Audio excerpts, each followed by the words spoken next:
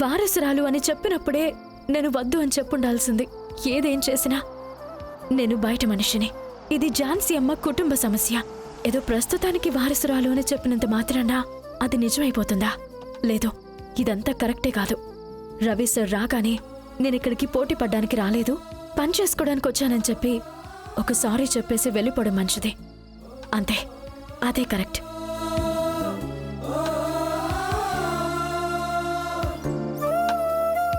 ఒక్క నిమిషం, మీతో కొంచెం మాట్లాడాలి.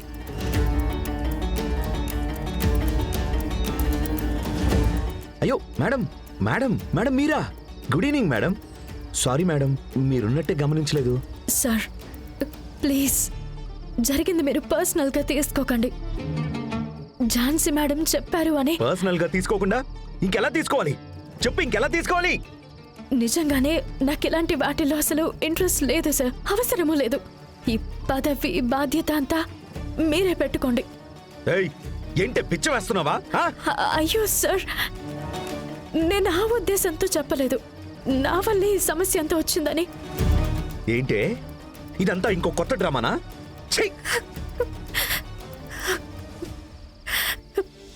సార్ ప్లీజ్ సార్, నేను చెప్పేది కొంచెం. చూడు, ఈ యాక్టింగ్ అంతా జాను దగ్గర చూపించుకో. నా దగ్గర చేసావనుకో.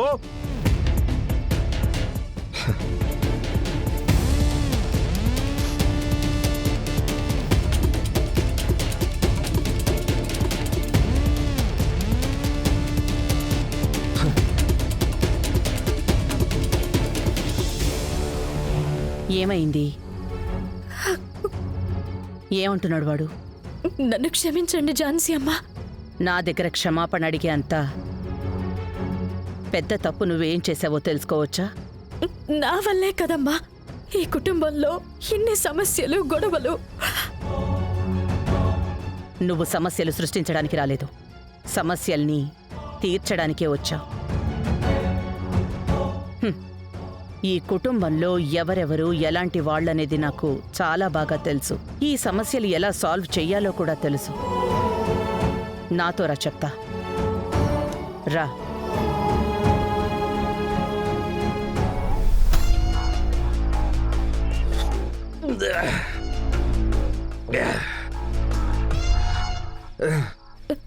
ఝాన్సీ అమ్మా, ఇప్పుడు మనం మాట్లాడడం కరెక్టే అంటారా?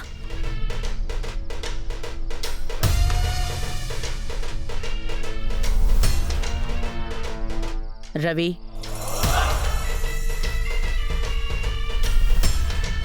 రవి, ఇప్పుడు ఏం జరిగిందనలా పిచ్చోళ్ళ ఆకాశంలోకి చూస్తున్నావు? ఏమైంది అని అడుగుతున్నాను కదా. నేను ఇక్కడ కూర్చోకూడదా? ఇంట్లోనే ఉండద్దంటే చెప్పండి. ఎందుకు రవి ఏదేదో మాట్లాడుతున్నావు? ఇది నీ ఇల్లే కదా. అమ్మా తల్లి, చాలు తల్లి చాలు. ఇది నా ఇల్లా? బుల్షిట్.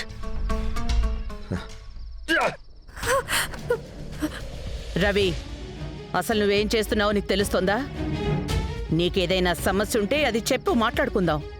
ఓ, నాకేంటి సమస్య అని నేనే చెప్పాలా? పోటీలో ఓడిపోయినోడి నోటితో వినాలి, అదేగా నువ్వు కోరుకునేది. చెప్తా. ఇదిగో నీ పక్కనే నించొనుంది చూడు, తనే నీకు అసలైన వారసురాలు. ఇదే నాకు పెద్ద సమస్య. సరిపోద్దా?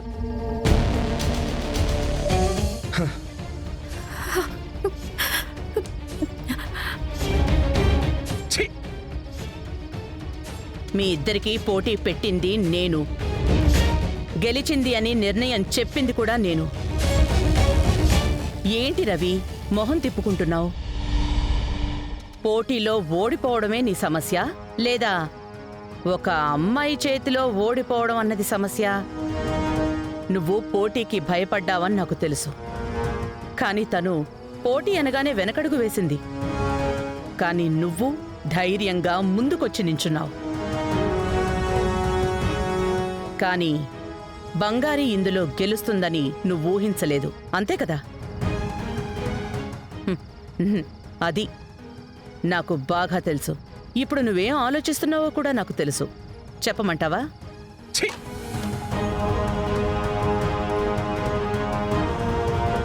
ఏదో ఒక చిన్న కొట్టు నుంచి చిన్న సంచి ఒకటి చేతిలో పట్టుకుని ఫ్రీ బస్సులో వచ్చింది కదా, ఈజీగా గెలిచేయచ్చేమో అని తక్కువ అంచనా వేసి ఓడిపోయావు. రేపటి నుంచి దీని ముందు చేతులు కట్టుకోవాలి, దీని కిందే పని చేయాలి అని ఆలోచిస్తున్నావు. ఝాన్సీ అమ్మా, ఏంటమ్మా? నేను మాట్లాడుతున్నప్పుడు మధ్యలో ఎవ్వరు మాట్లాడినా నాకు నచ్చదు. అన్నింటికీ మించి బాధ్యత లేదు. అబద్ధాలు చెప్తావు, నమ్మిన వాళ్ళని మోసం చేస్తావని నాకు తెలుసు. కానీ 3 పూటలా కూర్చుని తినడం మాత్రమే నీకు తెలుసు అన్నది కూడా బాగా తెలుసు. ఇచ్చిన మాటని నిలబెట్టుకోలేని వాణ్ణి ఇవాల్టితో నాకు క్లియర్గా తెలిసిపోయింది. అందుకని సరే వదిలేయ్, ఎంతైనా నా మనవడివైపోయావు. నేను నీ నుంచి ఏవేవో ఎక్స్పెక్ట్ చేశాను. ఇంకా అలాంటి తప్పు మళ్ళీ చేయను. నువ్వు మామూలుగానే జాలీగా నేను సంపాదించి కూడబెట్టిన డబ్బంతా ధారాళంగా ఖర్చు పెడుతూ బతుకంతా బతికేసేయ్. కానీ నువ్వు ఖర్చు పెట్టే ప్రతి ఒక్క రూపాయి ఝాన్సీ అని ఒక ఆడది సంపాదించిన డబ్బు. అది కూడా గుర్తుపెట్టుకో. నువ్వు ఖర్చు పెట్టుకోవడానికి ఇంకా కావాలంటే నేను బంగారి కలిసి సంపాదిస్తాం, సరేనా?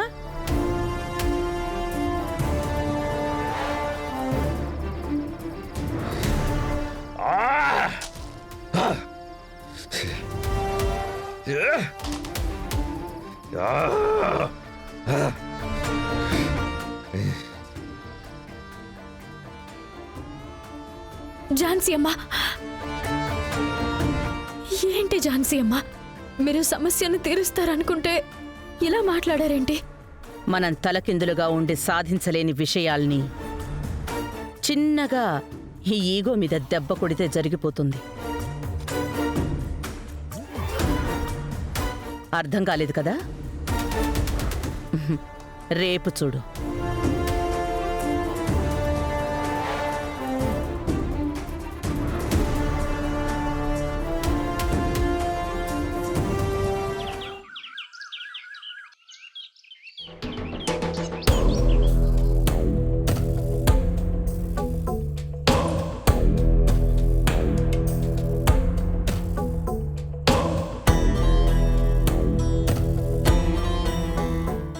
పొద్దునే బయలుదేరి వచ్చేస్తుంది.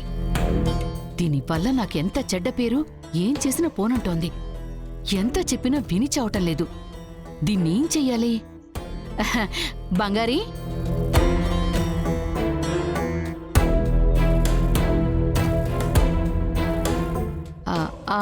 ఆఫీస్కి పోలేదమ్మా? పొద్దునైతే నేరుగా ఇంటికి వచ్చేయాలా? ఝాన్సీ అమ్మే రమ్మని చెప్పారు మేడం. ఊ అంటే ఇదొకటి చెప్పు.